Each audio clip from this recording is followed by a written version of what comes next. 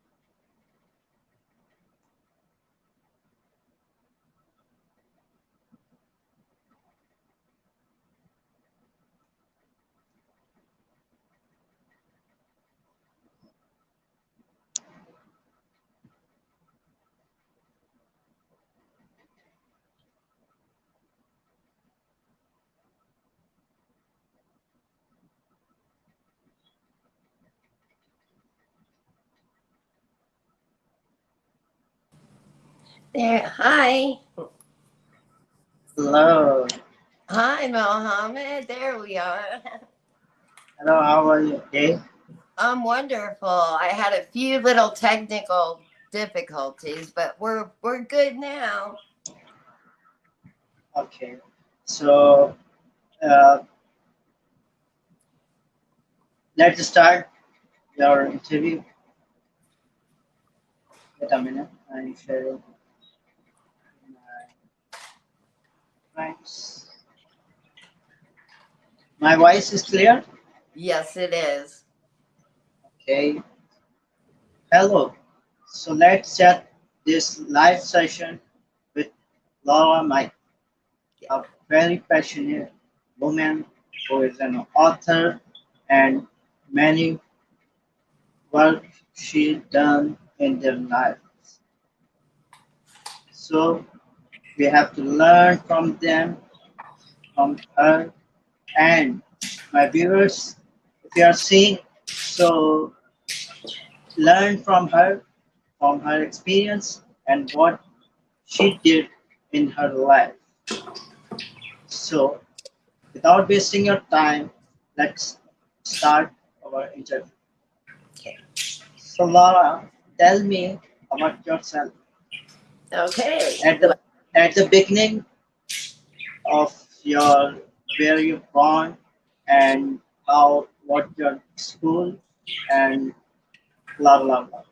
Oh my goodness. Okay. How long do we have for this show? I was born in Pennsylvania, United States of America, in 1957. Long time ago. I'm going to have a birthday this week. I'll be 65. So I have done a lot. I've been a lot of places. I was blessed to travel a lot. My careers have been as a paralegal. I'm currently a mindfulness master, a notary public, an author, speaker. My passion in life is to teach mindfulness to your generation so that we can break these generational curses that have been passed down generation to generation that cause pain and suffering. I suffered 58 years with depression and anxiety, and I went to the doctor for 30 years, and they did not help me other than to give me medication. I ended up on life support, and when I woke up, I had had a experience while I was on life support in a coma. It's called a near-death experience. And I realized then that our system wasn't working. So I became passionate to mental health reform so that my grandchildren, your children, will never have to suffer long periods of life with these issues like in the past. And it's come a long way. But that's my passion. And I'm so glad to have met you, Mohammed, because I want to connect you with other people that help enforce these things and bring us to our higher power, our best self. And your generation is carrying the wand into the future. And I want a better future for your generation than we had. That's awesome. That's awesome. Cool. Uh, as you told, your passion is to close in anxiety. Okay? Yeah. Yeah. So what, according to you, what the definition of anxiety? What? I'm sorry, what? What's the true definition of anxiety and how you are playing an important role to Okay. Yes. What I did, I took classes. I became certified in dialectical behavior therapy. And then I became certified in mindfulness. And mindfulness is just living in the present moment.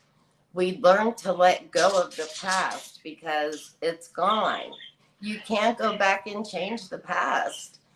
And if you worry too much about the future, you have anxiety, fear. What if this? What if that? You get thoughts ruminating, and it distracts your sleep. It makes you feel bad. So I learned all these skills, and they're very simple skills. It just takes a matter of practice, and you don't have to pay for it, because learning to be in the present moment is as simple as learning to focus on your breath. And as long as we have a breath, we have hope, because it means things can change for the better, or they could change for the worse. Our life is a roller coaster, like waves in the ocean, good times, bad times, and we have to learn to cope. We weren't taught how to cope, not here. And that's what's needed. And we're starting it in elementary school, preschool now. So your descendants are going to be taught as children, and they won't have to, deal with all this other stuff, because so many people have anxiety, fear, depression, and with COVID and the world being on lockdown, there's more depression and anxiety than there's ever been before. And especially your age group, and I have grandchildren probably your age, and you have a lot on your plate. When I was your age, we had one phone in the home. There were no cell phones. There were no, what did they have? What did they come out with after the internet? Oh yeah, the internet didn't come out till 1998. My whole career, I didn't work with the internet, but I met my husband on the internet in 1998. We met on AOL dial-up, and we're married 22 years now. And back then, it wasn't the coolest thing to meet someone online. But now, globally, how can you be sure your soulmate lives in your neighborhood? With the internet, you can find love who knows where it's meant to be found. Internet helps us to connect globally. Yes, I love it. I just became global almost 2 years ago. That's it. I met Jasmine. You met Jasmine Patel. Yeah. When she sent me a friend request almost 2 years ago, I had 66 friends, and she was with a group called Waves of Kindness. And I needed some kindness in my life at that time, and I thought, well, I'm going to go ahead and go. And from that, I have almost 5,000 friends. I have became a global speaker.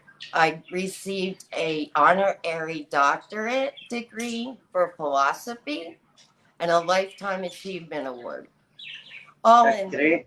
by connecting, collaborating, and that's what we need to connect. We need to unite, because we are all one. We are all connected, and we need to accept that and learn from that. We need to learn each other's cultures, not change them, accept our differences, and focus on our like-minded goals of living our best life, being the best we can be, which is just doing better than yesterday. And I believe we can change the world one person at a time. And sometimes just a smile tells the other person there's still love in the world, because you never know what someone's going through. So smile, be kind. It doesn't cost anything to be kind. And kindness starts at home. So be kind at home, be kind to others, just smile at people, make eye contact so they feel like they're there, they're not alone. And mindfulness is something I do for no charge. And I have a group called the Healing Power of Mindfulness, where I will be doing classes.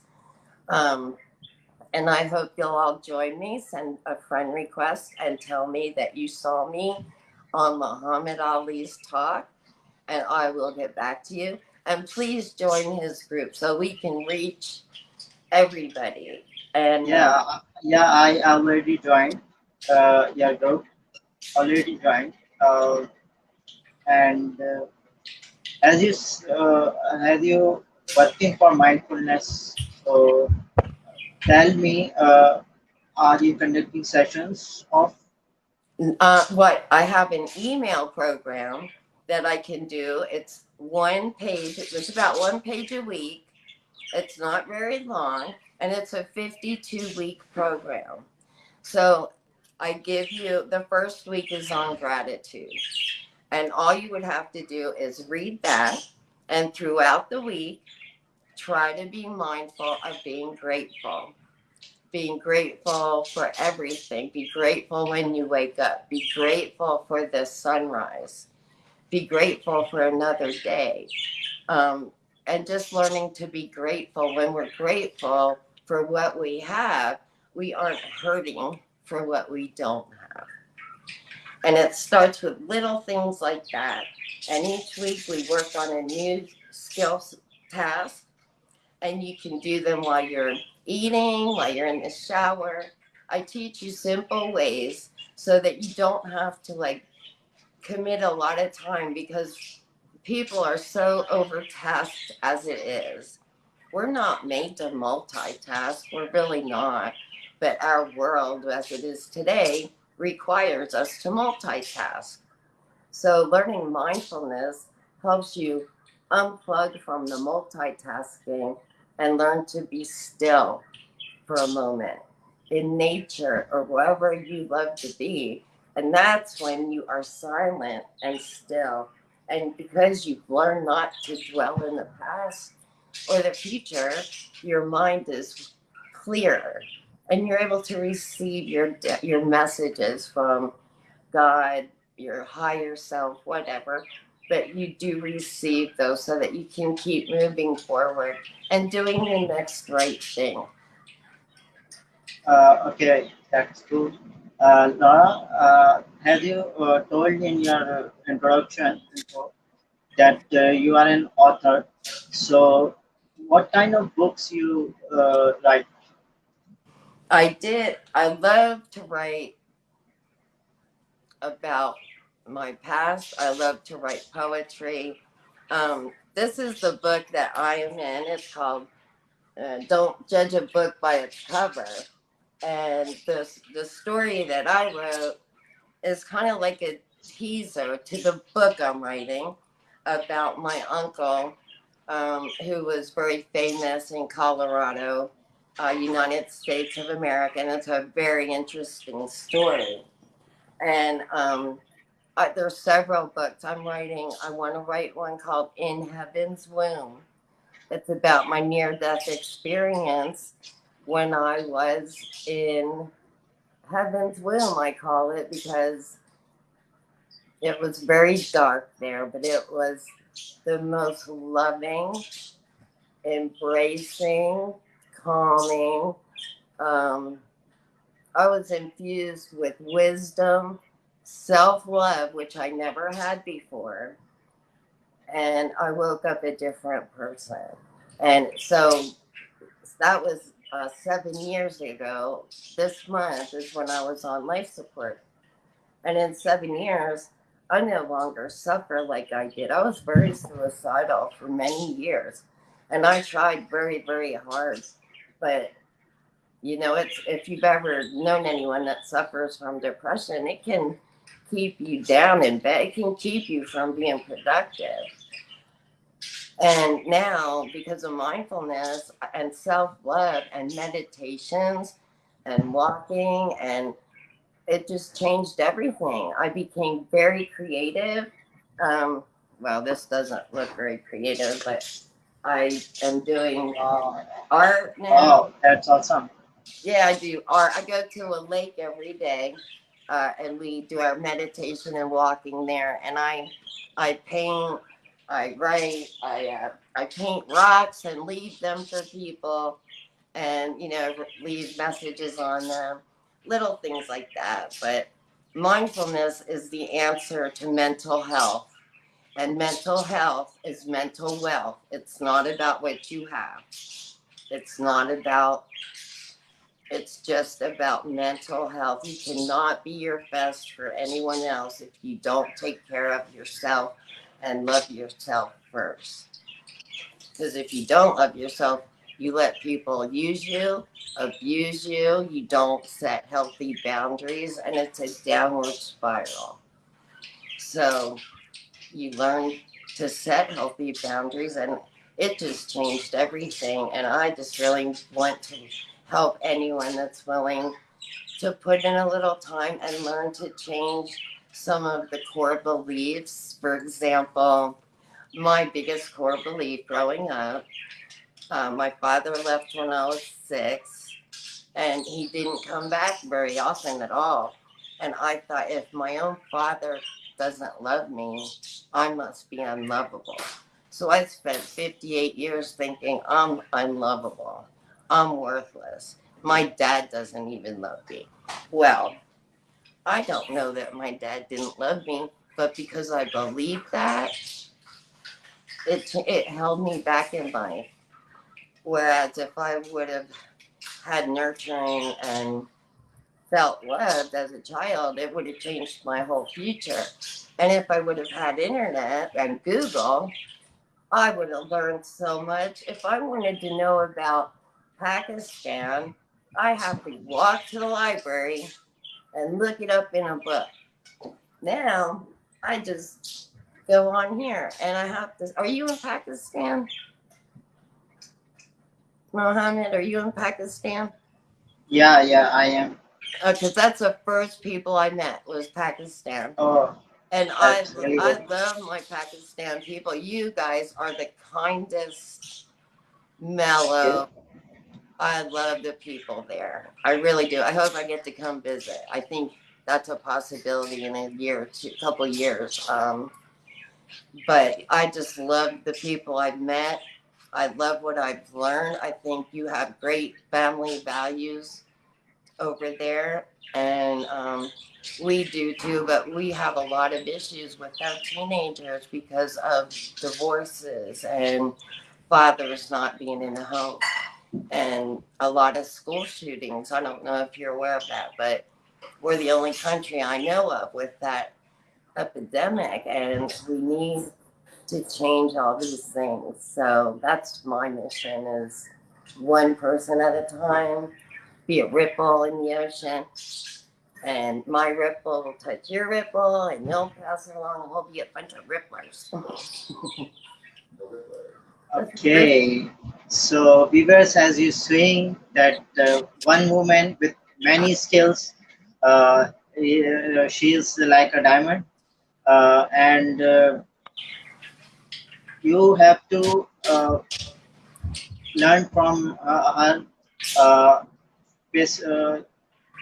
Commonly, I say to women that this is a real example of women in front of you, Laura, Mike, and he is very passionate.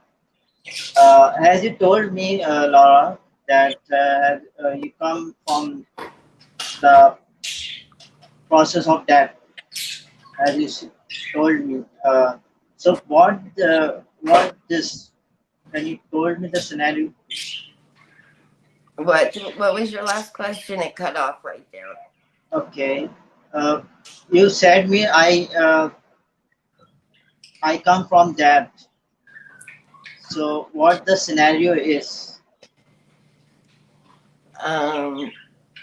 What? I'm sorry, I'm not understanding. You said as I come from very anxiety and very dark time. So what the scenario is? Oh, you come from a dark time, did you say? Or me? Yeah, Me? yeah, you. Yes. Oh, Yeah. yeah, I did. We grew up very, very poor. And my mother was a single mother of 6. And back in those days, like 1964, that's a long time ago, it was very bad to be a divorced person. And the women were not able to buy homes. Only a man could buy a home. So there was a lot of problems with that. And because she had to support 6, she worked 2 full-time jobs. And me being the youngest, I raised myself basically. It was a very lonely, isolated childhood. And then we did have some good memories and things, but it was very difficult. And school, I loved school because I could be around people. And that was the only time I received any affection, was if a teacher hugged me or something. There was no affection in my home. There was no words of love in my home, that type of thing. So it had a huge impact on my life. But now, being able to learn self-love and mindfulness and learning to fill my own void has enabled me to just bloom and be my best self. And my most successful years have been the last 2 years at this age, 63, 64 years old. Yeah, I got a doctorate at age 64 last year. I mean, I was a paralegal working for attorneys and law firms for 25 years. And that was a great career. But now that I'm retired, I don't even work. I just try to help people, and that's a nice thing. That's a nice thing about being old. You don't have to work no more. You can watch cartoons, you can eat ice cream for dinner, you know. So yeah, mindfulness has changed my life, and I really hope that I can help anyone change theirs that suffers. And even if you don't suffer, it's just a good way to live mindfully in the present, because being present is a gift. You learn to listen deeply, so you're not wandering off. You learn not to be on autopilot. For instance, driving. Most people, when they're driving, they're thinking about what's for dinner, what do I need to get at the store. That's, you're supposed to be driving, if you know. So mindful, be mindful and connect. Yeah. Their mind is not present on the time, on the Right. present time. And we need to be present. It just changes everything to be present. As you know, Pakistan is have a big problem, poverty. So how you connect your mindfulness to poverty? Uh, those who are frustrated for poverty and anxiety, and no tense tense in mind. So what? How you help those Pakistani who are have these problems through poverty? Poverty is a very challenging situation to live in. And what I would say about that is, I have been there, and sometimes I returned. My life got really good, but then not many years ago. Well, in 2018, we had a hurricane here, and we lost everything for the second time. And we lost income. We lost our furniture, all our documents. And what I've learned is to never give up, because things can change like that. Think beyond your limits, think bigger, because God has a plan for us. And I would have never imagined that I would have been blessed with this new home in 2020. It was a stroke of luck. It's a miracle that we were able to buy this home after we lost everything for the second time. Life is ups and downs. And because if you're living in poverty, like I grew up in poverty, and by the time I was in my 30s, I was no longer living in poverty. I was able to go to school, become a paralegal, and work with attorneys, and I was able to make enough money. Now, I understand, I've been thinking about my Pakistan family over there, and I'm trying to figure out something because the United States is in severe need of teachers. I have met the most intelligent young teachers in Pakistan and a couple other countries. But I want to find out, how can I get your teachers into our classrooms virtually and get paid from here, because we need the teachers. Our teachers are quitting. They are going on strike because after COVID, the children were not in school. They learned from home for 2 years, basically. Now they're back in school and they're kind of out of control. The teachers are having trouble with the students listening, sitting still, that kind of thing. And they don't feel they're paid enough. And they're not paid enough for what they do. Teaching a human mind is a big responsibility and should be paid as well as any other field, you know. But the starting income for a teacher in the United States is somewhere around $35,000 a year. Now, if you take that, do you have rupees? What's your money over there? I forgot. But what's $30,000 a year in your money from US dollars? 35,000 is a big amount. It's a lot of money. It would change things. Only I'm just a small little me, but that's my idea right now. In fact, That's a pretty cool idea you have. So, because they virtually taught these kids for 2 years. So why can't we continue to have virtual teachers in the classroom? I understand we need adults in the classroom to supervise the children and make sure safety is happening and all that.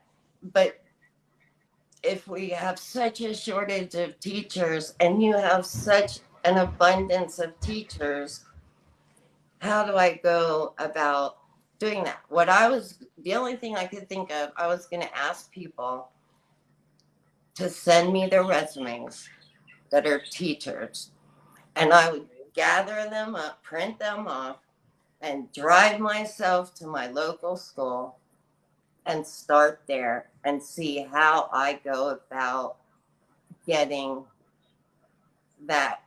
I don't know if it's a possibility, but it would certainly change poverty for a number of people. And if that was it, that could be the beginning. There, with global remote jobs and things like that, don't think you're destined to stay in poverty. You can be in poverty for many years, and in the blink of an eye, God will bring something into your life that changes it. So never give up. Do not think that's your destination, even if it seems hopeless, even if it seems impossible. Just keep doing the next right thing. Keep your education going. Be grateful for what you got. Keep being grateful. Keep being kind, and you will be abundantly blessed and your needs will be met.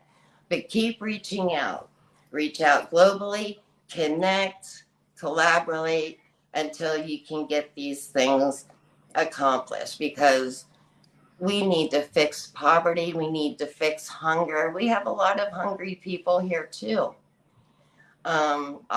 We've gone hungry. A few years back, we were in another state and the rent went up so much that we had to go 3-4 days at a time without eating. And I mean, I had forgotten what it's like to go hungry, but I appreciate everything. And I just really hope I can help something. But that's my message is never give up. Believe all things are possible, because they are. I had cancer in 2020. I beat cancer. I didn't focus on the cancer.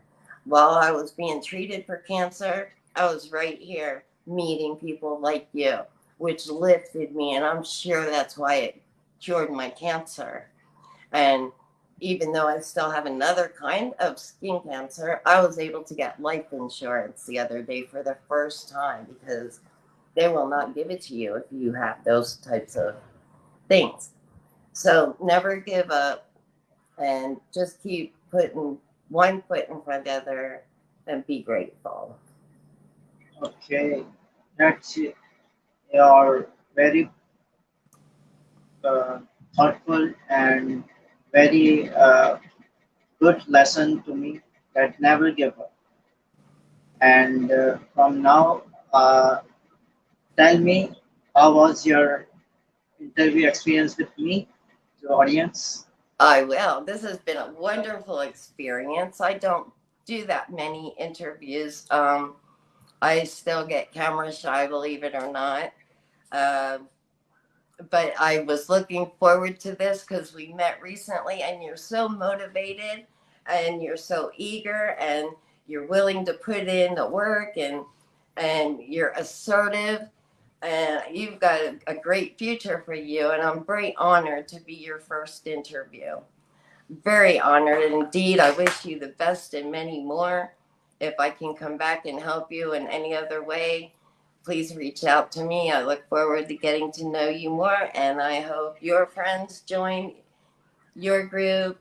Let's connect with Muhammad Ali. Okay, Me too. tell me about your how people connect from you, and what's your group name, and how people approach you. Well, the easiest way is Laura Mae Jones is my Facebook name. You can connect with me there. Or I have a group. It's called The Healing Power of Mindfulness. And you can connect there also. Or if you can't find it, go ahead and let them send you a message and you get them to me. Because I'm not technologically as good as the younger people, but yeah, please connect with us and let's unite and make the world a better place. Okay, it's a pretty cool experience with because it's my first interview with Laura Mike, so I appreciated you, and very blessed. And at last, I would say to my audience that connect from her. She is very good woman and help people in many ways. So let's connect with her, and upcoming, inshallah, you will connect with me from my Facebook, Muhammad Ali, and you also connect with me on a group that connect with Muhammad Ali. So here uh, we are saying to audience, bye. Bye. See you next time. Thank you, Mohammed. Blessings. Okay. Bye, everybody. Thank you.